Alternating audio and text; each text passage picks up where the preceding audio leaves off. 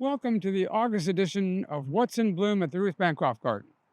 Our What's in Bloom sheet is something we hand out to all our garden visitors, highlighting some of the plants that are in bloom in that particular month.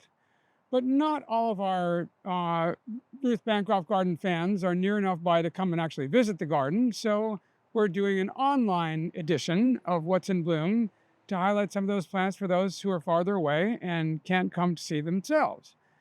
So, for August, one of our plants is right above me, and that is Brachychiton. Actually, Brachychiton is an Australian genus of trees, and this one is Brachychiton discolor. And it is an unusual tree in that it doesn't bloom consistently at one time, year in and year out. It sort of decides for itself which side of the tree wants to bloom and which side doesn't, and what years in an erratic fashion. So right now, it's got a big part of the tree blooming over here, but another part of the tree over here that's not in bloom. And the parts of the tree that bloom will shed their leaves to highlight the flowers, so the flowers show up. And then the parts that don't bloom will keep their leaves. So that's what it's doing right now. This tree didn't bloom at all last year, so we're pleased to see it back in form this year. And the flowers are quite wonderful. At the bud stage, they're fuzzy and kind of brownish. And then when they open up, the face of the flower is bubblegum pink with a darker throat, but the outside is fuzzy like the bud was. This is an unusual flower in that it does not have petals. So it's the sepals that are fuzzy on the outside that you see at the bud stage. And then those same sepals, when they open up, have pink insides, but there are no petals at all. So the sepals stand in for the petals, providing that jolt of color to attract the pollinators.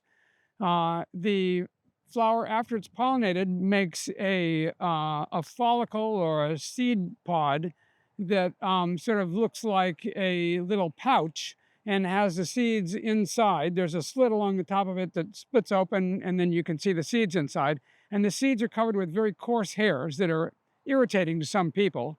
But we haven't reached that stage yet. Now we're in flower, and no follicles are present on the tree as yet. So this is a tree that becomes fairly large in habitat, much larger than our tree is here. And I have never seen a tree in California that's as big as they get in Australia. Whether that's because they don't actually ever get that big here, or whether they just take more time to get there and we haven't got there yet, I'm not sure. But anyway, a wonderful tree, Brachychiton discolor. August is a big month for Dasylirions at the Ruth Bancroft Garden. And Dasylirion is a genus in the family Nolanaceae, or lately put into the asparagus family as the subfamily Nolanoideae. But in any case, this is a group of North American plants centered in Mexico. So there are Dasylirions in the United States as well as the ones in Mexico, but many of them are from Mexico, including this one behind me, Dasylirion longissimum. So while a lot of Dasylirions have a flattened leaf blade, longissimum has needle-like leaves. And it has separate male and female plants, like all plants in this group. And this is a male plant. So you can see that the flower stalk comes up and there's little fingers of tiny flowers that are very attractive to bees. They're sort of cream colored. And each one of those little fingers has hundreds of flowers on it. So altogether, this inflorescence has an incredible number of flowers on it. And from the day that the very first flower opens until the day the last flower finishes, the bees are on it. They just love this plant.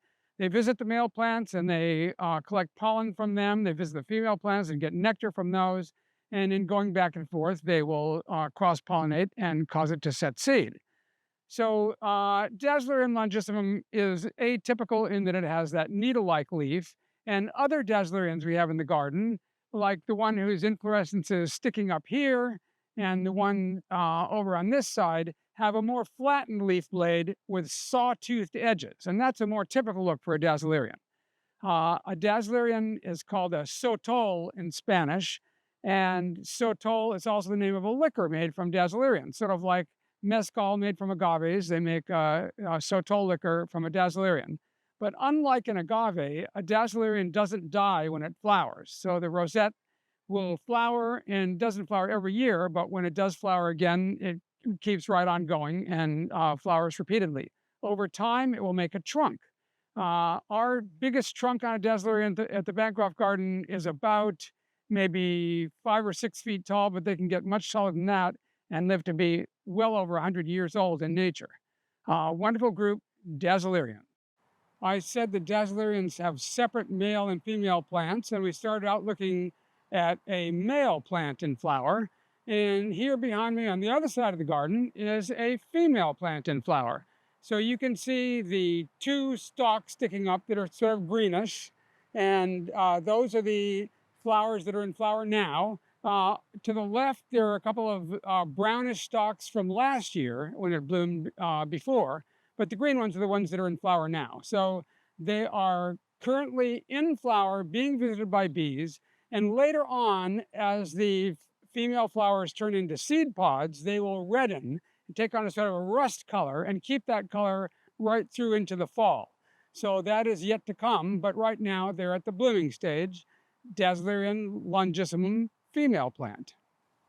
Gasteria is a genus in the asphodel family, and they're related to the aloes, closely related to the aloes, close enough that you can cross it with an aloe. And this is the largest of the Gasterias, Gasteria excelsa. So here's one blooming here on either side of me, and you can see the leaves are about that long, sort of sword-like leaves. This is a huge Gasteria. The littlest Gasterias are only a couple inches tall. You can see the flower stalk coming out has lots and lots of branches. In this case, I think there's 30-some branches on this. This plant actually made more branches than we've ever seen on a Gasteria before some years ago when it had 50 branches on the inflorescence. But anyway, 32 is still a lot. And so each branch ends in a set of flowers, a raceme.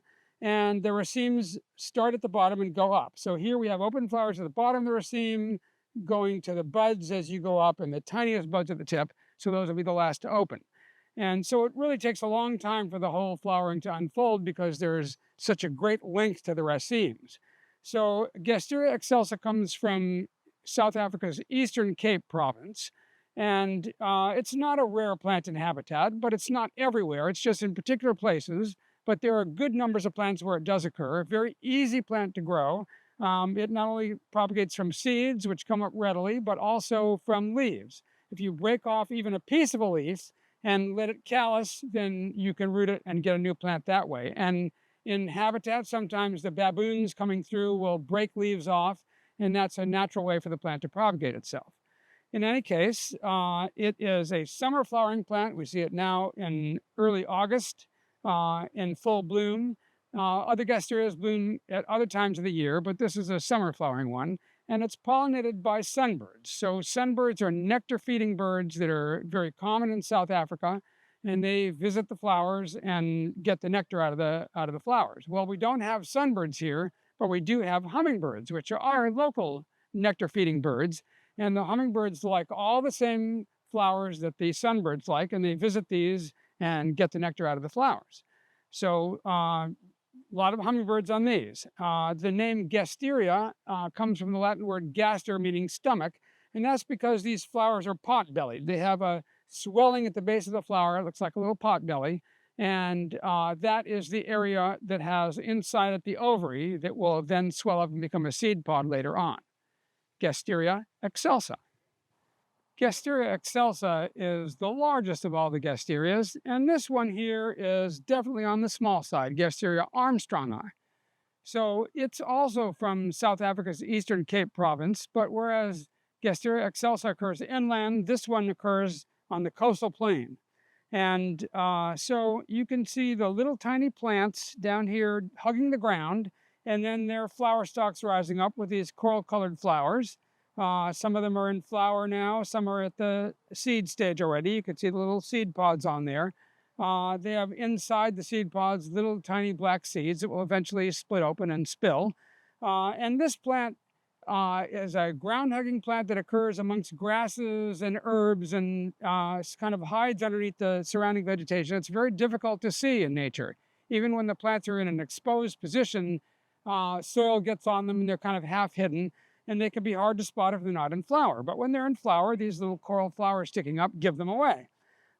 Here at the garden, we have an Arizona cypress overhead, and where the litter comes down and gets on them, and the plants are a little bit more buried in litter, they turn quite green. Where they're more exposed, they get a brownish tint to them, but they just adjust to the light level here, just like they would in nature in South Africa. Nice dwarf Gasteria, Gasteria armstrongii from South Africa. We have lots of cacti here at the Ruth Bancroft Garden, and a lot of them never make it onto what's in bloom. They'll have a burst of flowers and then a long pause before another burst of flowers, but not a continuous period of bloom such as could be put on the list. But this is an exception. This one here is Ferocactus pottsii. It comes from the Sierra Madre Occidental in northwest Mexico, in Sonora and in nearby states. And it has a big, fat, chubby barrel plant body, usually single, but here's a double one. And then the flowers, there's 4 open right here with red centers and yellow petals. And then around the outside, you see all those little things look like yellow pineapples. And those are last year's flowers that are now fruits. So the fruits are very long lasting, stay on the plant for so long that last year's fruits are present while this year's flowers are coming out. So it really makes a nice display with all that yellow of the fruits and the flowers on Ferocactus pottsii, a wonderful plant from the mountains of northwest Mexico. That brings us to the close of our August What's in Bloom. But since there are so many plants here in the garden, we only can put a selection of them on What's in Bloom and only even a selection of those on our video. You'll just have to come to the garden and see for yourself all these great plants. And if you're not near enough to come and visit us yourself, well, check out our website. We have lots of photos. I post lots of photos on Tumblr. There are other ones on Instagram. There are classes and educational offerings here. So check it out, the Ruth Bancroft Garden.